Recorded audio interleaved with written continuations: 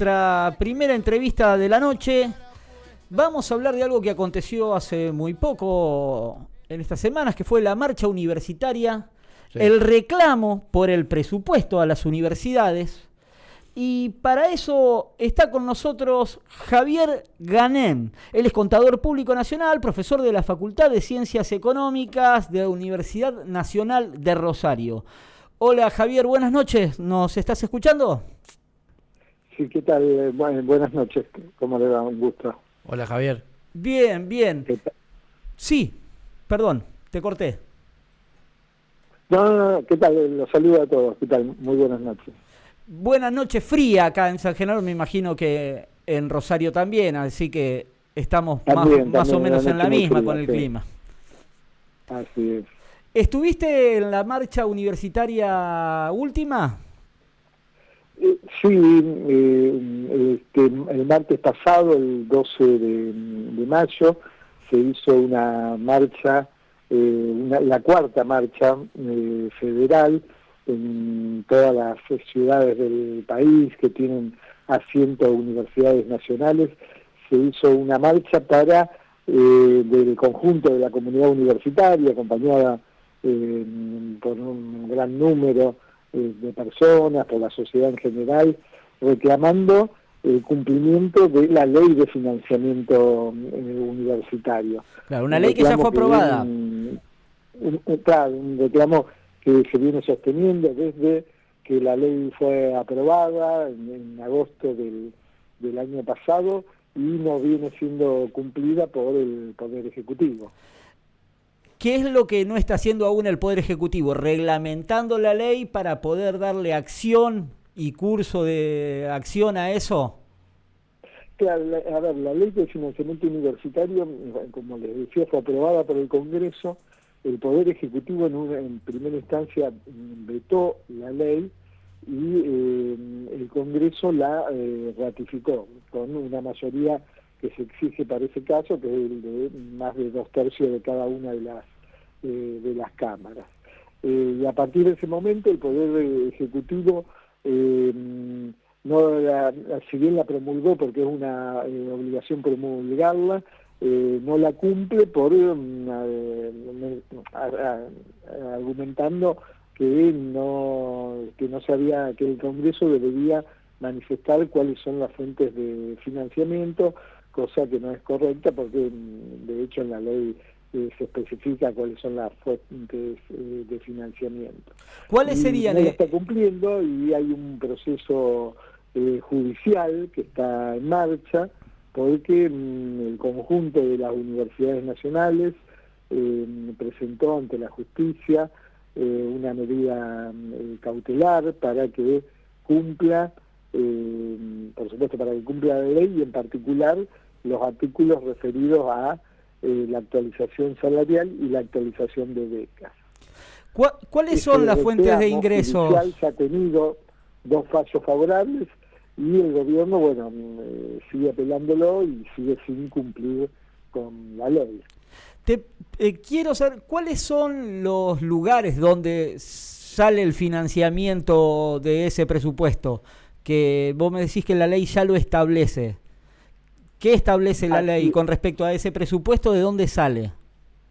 Bueno, la ley establece que debe asignarse partidas para dentro del Ministerio de Capital Humano, la Secretaría de Educación. De Sandra Petovelo. Que esos montos se ha hecho un estudio en el cual el aumento que ha habido de la recaudación en términos nominales permite cubrir el desfinanciamiento que ha tenido las transferencias a las universidades nacionales, es decir, toma desde finales de 2023 hasta la fecha de la sanción cuánto había aumentado la recaudación nacional y cuánto había aumentado las transferencias a las universidades nacionales, que por supuesto estaban por debajo de esa recaudación nacional. Por lo tanto, quedó en evidencia que había recursos impositivos para hacer frente a las mayores transferencias que se necesitan para financiar las actividades de las universidades. Y la ley sostiene que los salarios deben recuperar el poder adquisitivo que tenían a diciembre del 2023, que al día de la fecha está con un retraso de más del 40%, se ha perdido el poder adquisitivo, los salarios docentes y de los trabajadores. Y las becas que están congeladas. Y por supuesto también para los gastos de funcionamiento. Javier, te consulto, ¿ya son más de 10.000 los docentes que han renunciado? ¿Y qué pasa con esos puestos? Y hay en el conjunto de universidades nacionales, estamos hablando de 59 universidades nacionales, hay un número muy importante de docentes que renuncian. Esos cargos muchas veces o quedan vacantes o se cubren, por supuesto, con nuevos llamados, pero se va perdiendo docentes que tienen trayectoria, experiencia, claro, una carrera dentro de la universidad.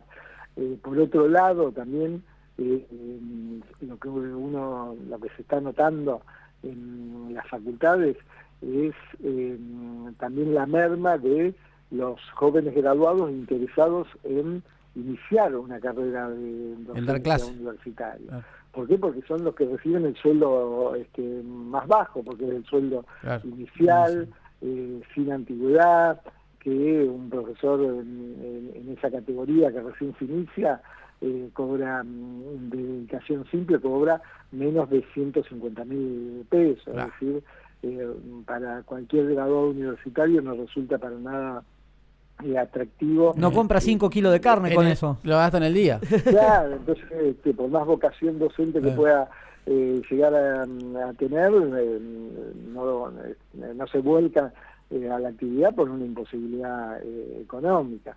Entonces, en ese sentido, tanto por las renuncias como por la merma de jóvenes que quieran ingresar a la carrera de docencia universitaria, es un problema grave que se tiene que revertir en el corto plazo. ¿Y ese docente que renunció y que se perdió en la universidad, se puede en un futuro por ahí recuperarlo? Y, a ver, el docente que renuncia, por supuesto, siempre están abiertas las posibilidades. El ingreso a la docencia se hace por un concurso público, ¿no es cierto? Entonces, cuando se produce una vacante, hay que llamar a un nuevo concurso.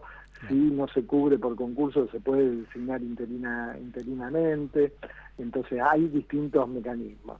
Aquel que renuncia, por supuesto, siempre tiene la posibilidad de volver a presentarse si se ha quedado esa vacante, pero bueno, es una situación difícil muchas veces de revertir, y que renuncia es también en pocos casos vuelve nuevamente a la docencia. Tiene que haber un cambio muy importante en el panorama para que pueda ser atraído nuevamente para volver a la docencia universitaria. Javier, te hago una consulta, porque hoy viví algo que me llamó poderosamente la atención. Yo tengo 40 años de vida, y cuando tenía 25, 26 años que viajaba a estudiar a Rosario, viajar un día domingo desde San Genaro, donde somos nosotros, para Rosario, era un infierno. Una odisea. Porque iban abarrotados de gente los colectivos, donde vos quizás ibas a tomar el colectivo a 1 hora y te quedabas sin lugar y tenías que esperar a un siguiente colectivo. O te ibas más temprano para evitar Hoy subía un colectivo que iniciaba viaje en Centeno para Rosario, donde teóricamente debería llevar a todos los estudiantes, y éramos un grupo de 5 nosotros y solo se subieron 2 estudiantes. Llegamos a San Genaro y solo se subieron 7 estudiantes. ¿Es cada vez menor la cantidad de alumnos inscriptos en la facultad? ¿O es solo una percepción mía de un pibe de un pueblo que se mueve de un lado a otro a corta distancia y no ve más allá de eso? Y a ver, la matrícula universitaria, es decir, la cantidad de alumnos inscritos en la universidad, en estos 2 últimos años ha crecido bastante. ¿Por qué? Porque se amplió la oferta fundamentalmente porque se amplió la oferta de carreras y se diversificó esa oferta de carreras. Uno nota las carreras tradicionales, por ejemplo, en nuestra facultad en Ciencias Económicas tenemos la carrera de contador, la licenciatura en Economía, en Administración, que son carreras tradicionales, en los cuales durante muchos años se mantuvo constante la matrícula, ni aumentaba ni bajaba. Pero se han creado muchas ofertas nuevas de carreras. ¿Carreras más cortas? En nuestra facultad se creó una licenciatura en Ciencia de Datos hace el año pasado, que convocó a más de 500 alumnos, es decir, que ahí nomás tenés nuevos alumnos, 500 nuevos alumnos en nuestra facultad. En la Universidad Nacional de Rosario se creó una nueva facultad, la de Ciencias del Movimiento, este año, que también tuvo nuevos alumnos. En Arquitectura y Humanidades, Diseño Industrial, y así se han multiplicado las ofertas, es decir, que se ha diversificado y ha crecido. ¿Qué se nota? A lo mejor también hay que ver la modalidad en que los jóvenes estudian, se movilizan, que puede haber cambiado también, cuánto tiempo se mantienen o no dentro de la misma ciudad, o vuelven a su lugar. Claro, cuando van y vienen. Se vienen menos para el pueblo. Sí, pero también se ha notado, y en todas, y eso en general en muchas universidades nacionales, donde también uno nota hay una mayor cantidad de alumnos, pero de zonas cercanas, porque también en cada una de las localidades se ha abierto nuevas ofertas educativas. Claro. A lo mejor no universitarias, pero sí terciarias, que dan también otras oportunidades a los jóvenes. Sí, que ha cambiado también bastante el panorama de formación de los jóvenes. Pero en términos objetivos, la matrícula universitaria ha aumentado, y lo que denota también la necesidad que tienen los jóvenes de formarse como les decía antes, en disciplinas tradicionales, pero también en muchas nuevas disciplinas que tienen ofertas universitarias.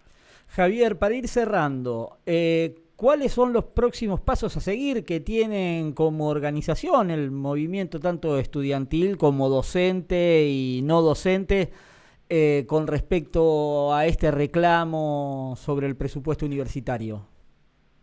Bueno, ahora, como decía, se está en esta instancia judicial y actualmente está en manos de la Corte Suprema de Justicia de la Nación, que tiene que resolver si después, como decía, de estos 2 fallos positivos a favor de las universidades, de la medida cautelar para que el gobierno aplique los artículos referidos a la actualización de los salarios docentes y no docentes de las becas, tiene que decidir la Corte. Ahora reclamos para que la Corte decida en el plazo más breve posible, porque hay una situación salarial que se torna insostenible, así que el reclamo va a ser en ese sentido, por el camino que corresponde, que es el camino de la legalidad, pero con la firmeza que nos da obviamente la justicia en cuanto al reclamo, y la objetividad en cuanto a que hay una ley sancionada por el Congreso y que debe ser cumplida. Es decir, uno no se imagina un fallo de la Corte que diga que no hay que aplicar una ley, ¿no es cierto? Por algo las 2 instancias anteriores han fallado a favor, así que estamos con último fallo firme. Esa expectativa,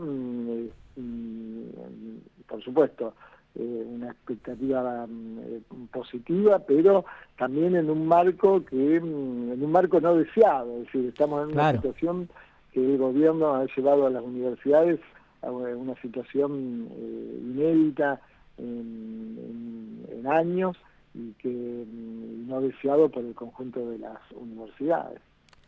Javier, muchísimas gracias. Javier. Te vamos a volver a molestar cuando sea necesario. Espero que vos nos quieras atender. Cuando avance en los tiempos de la justicia.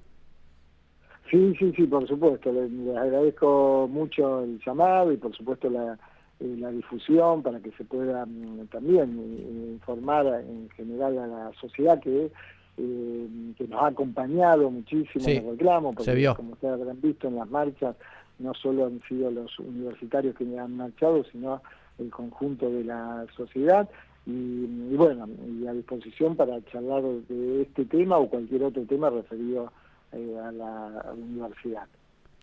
Muchísimas gracias. Buenas noches. Y hasta la próxima. Hasta la próxima. Muchas gracias a ustedes. Me quedé con lo que me decía él de las nuevas carreras. Claro, las nuevas carreras y la mayor cantidad de estudiantes. Cuando yo veo que en el pueblo la mayoría de egresados se está quedando y no se está yendo. Sí, o se van a ciudades más cerca también, viste que está Totora, Cañada de Gómez.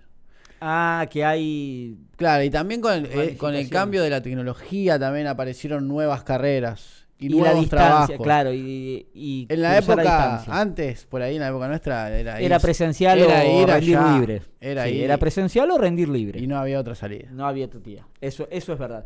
Ahora vamos a cambiar de tema. Sí, mientras esperamos que nos atienda quien nos maneja nuestras finanzas. Sí. Quien sabe... ¿Un economista? Por supuesto que sí. Es nuestro economista de cabecera. Cada vez que tenemos alguna duda se lo consultamos a él, porque aparte confiamos en él. Confiamos en su palabra. Confiamos en su palabra. Sabemos que él nos dice la verdad. No se vende. Importantísimo. Explica de una manera que podemos entender. Porque viste que en el tema de las finanzas y todo eso es todo tan complicado. Yo tengo la teoría de que si me hablas raro de economía, me estás queriendo cagar. Como habla el ministro, por ejemplo. Me estás queriendo cagar. Si yo no entiendo lo que me decís, cuando 1 más 1 es 2, me estás queriendo... Claro, me toco los bolsillos. Sí. Ya lo tenemos. Está con nosotros el señor Alejandro Bonalumi, nuestro profesional de las finanzas. Mi tocayo. Sí. Buenas noches, Ale, ¿cómo estás? ¿Cómo andan, chicos? Buenas noches, un gusto. Un placer hablar con vos. Nosotros